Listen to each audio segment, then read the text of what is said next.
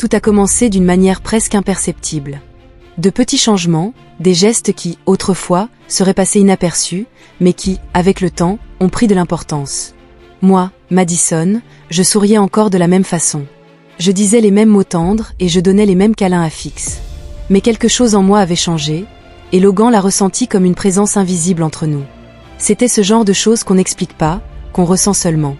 Logan, bien qu'il ait voulu croire que ce n'était que le stress ou le temps d'adaptation à mon nouveau travail, a commencé à faire plus attention. Pas avec désespoir, mais avec méthode et patience. J'avais été embauchée comme assistante juridique dans un cabinet prestigieux en ville. Les premiers jours étaient normaux, les conversations autour du dîner étaient fluides, et les baisers du soir existaient encore. Mais il n'a fallu qu'une semaine pour que Logan remarque que des détails commençaient à se fissurer. Mes vêtements étaient devenus plus ajustés, mes baskets avaient laissé place à des talons. Mes rires au téléphone se sont transformés en silence dès qu'il entrait dans la pièce. Je disais que j'étais trop fatiguée pour parler ou regarder quelque chose avec lui. Mon toucher, autrefois spontané, semblait désormais calculé. Logan n'était pas du genre à être jaloux ou insécurisé, bien au contraire.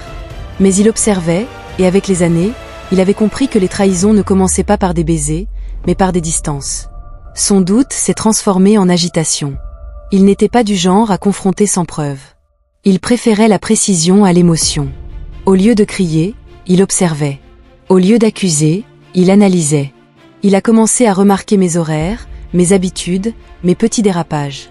Un soir, j'ai mentionné que mon patron traversait un divorce compliqué et que tout le cabinet lui apportait son soutien. Il souffre beaucoup, ai-je dit. Logan a trouvé cela étrange, non pas à cause du contenu, mais de la manière dont j'en parlais. C'était trop personnel, trop intime, un ton qu'on n'utilise pas pour parler d'un patron, mais de quelqu'un avec qui on a franchi des limites. Quelques jours plus tard, je suis rentrée avec un collier neuf. J'ai dit que je l'avais acheté moi-même en promotion, mais l'étiquette de la bijouterie de luxe était encore dans mon sac. Logan savait que ce modèle était cher. Si je l'avais vraiment acheté, je l'aurais mentionné, j'aurais montré le reçu, peut-être même publié une photo sur mes réseaux. Mais non, c'était caché. C'était un cadeau, et ce n'était pas lui. Le plus difficile était de faire semblant que tout allait bien. Nous étions encore ensemble, nous regardions des films, nous dormions côte à côte. Mais Logan ne me touchait plus de la même manière. Il m'observait, il testait, il calculait, et moi, sentant cela, j'essayais de compenser. J'envoyais des messages tendres durant la journée. Je cuisinais ses plats préférés sans raison, mais il voyait clair dans mon jeu. Il ne voulait pas de gestes coupables. Il voulait la vérité, et au fond, il voulait justice. C'est à ce moment-là qu'il a décidé d'arrêter de douter de son intuition et de passer à l'action. Comme toujours, il l'a fait méthodiquement. Il a engagé un détective privé, discret, efficace, spécialisé dans les affaires conjugales. En moins de 2 semaines, le détective l'a contacté. Le moment où Logan a cessé d'être spectateur et a agi, c'est celui où il a reçu l'enveloppe du détective. Il était assis à la table de la cuisine en l'ouvrant. Ses mains tremblaient, mais son regard est resté fixe. À l'intérieur, il y avait des dates, des horaires, des vidéos, des images claires. Impossible de nier ce qui se trouvait sous ses yeux. James Weston, partenaire du cabinet où je travaillais, entrant dans un hôtel discret et ressortant des heures plus tard, souriant et complice. Les images parlaient d'elles-mêmes. Logan a ressenti un coup dans le ventre, mais au lieu de s'effondrer, il s'est redressé intérieurement. Il n'y avait plus de place pour les suppositions. Restait à décider quoi faire de cette vérité. C'était étrange, un mélange de douleur profonde et de lucidité implacable. La trahison n'était plus une ombre, c'était un fait. Et maintenant, il avait un dilemme. Partir simplement, couper les ponts, disparaître. Mais quelque chose en lui réclamait plus. Pas une vengeance cruelle ou un scandale, mais une réponse digne. Terminer cette histoire avec la même intelligence qu'il mettait dans tout ce qu'il entreprenait. Il ne voulait pas hurler, tout détruire ou salir son propre nom. Il voulait que chacun de nos choix, à James et moi, ait des conséquences, non seulement dans le mariage, mais aussi à l'extérieur. Dans cet état de lucidité, Logan a pris une décision courageuse. Il a cherché le nom de Sarah Weston, l'épouse de James.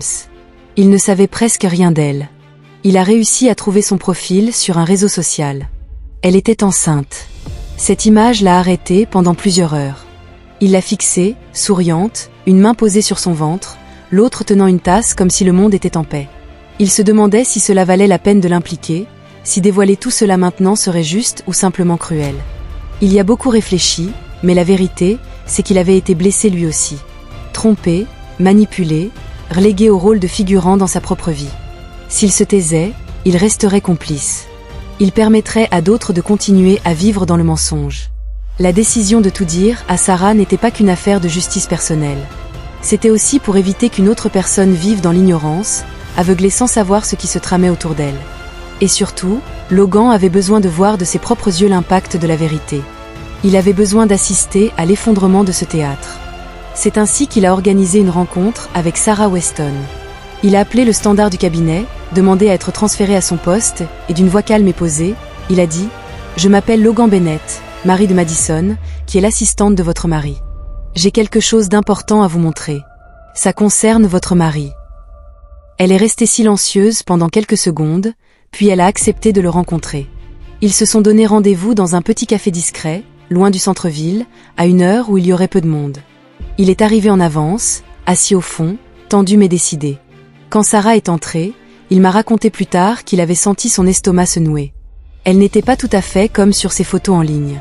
Plus fatiguée, plus marquée, la grossesse bien visible. Mais dans chaque pas qu'elle faisait, il y avait de la dignité. Elle s'est approchée, a souri poliment et s'est présentée. Il a hésité un instant, se demandant si c'était encore la bonne chose à faire. C'était une femme enceinte, prête à faire confiance. Mais quand il a ouvert la bouche, les mots sont sortis naturellement, sans colère, sans exagération, juste des vérités.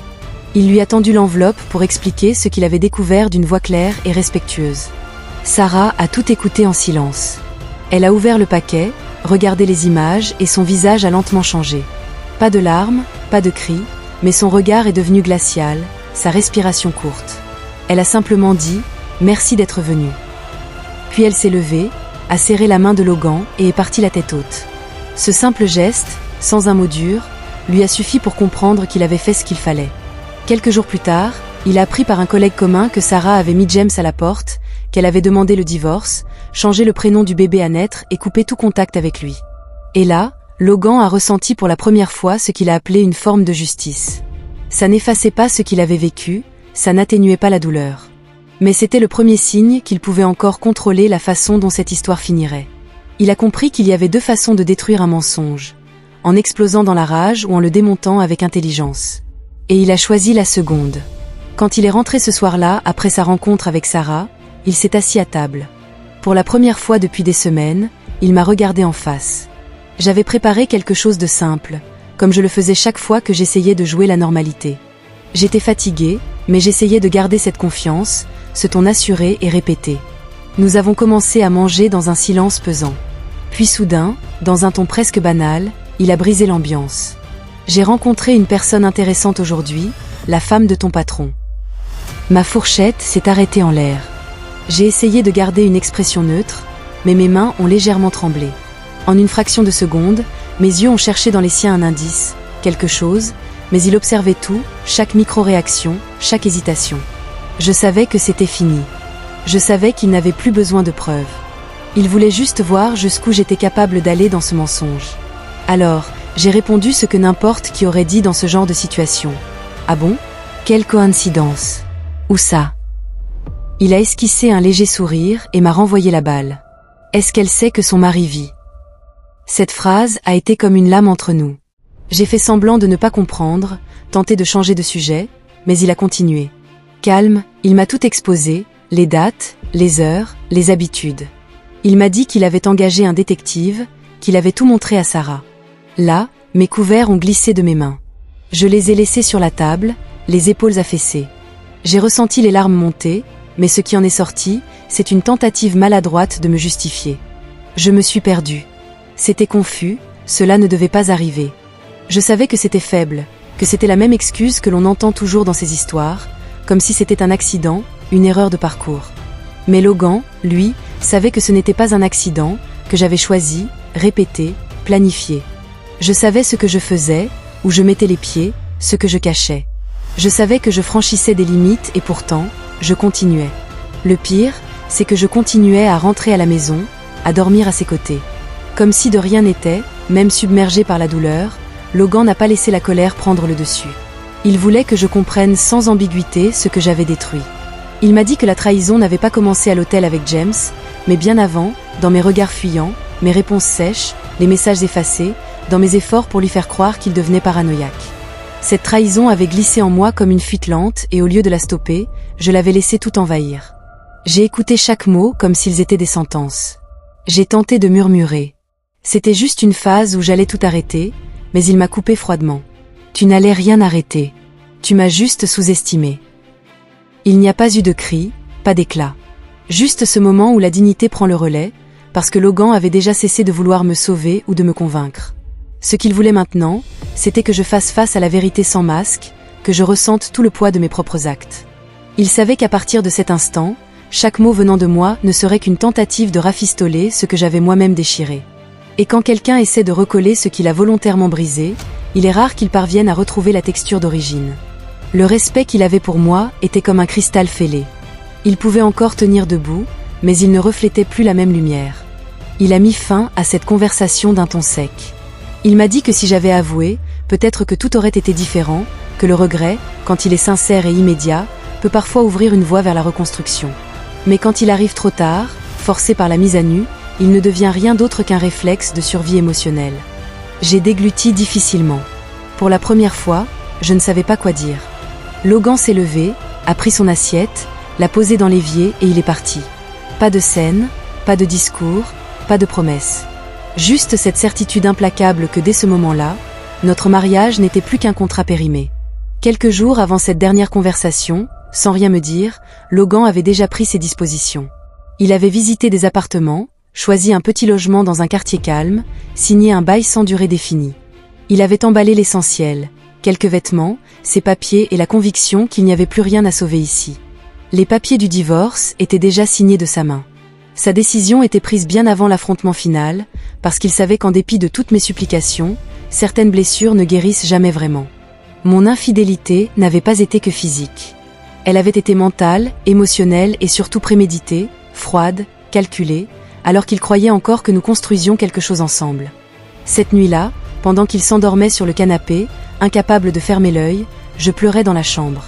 Peut-être que je savais déjà que c'était notre dernière nuit sous le même toit.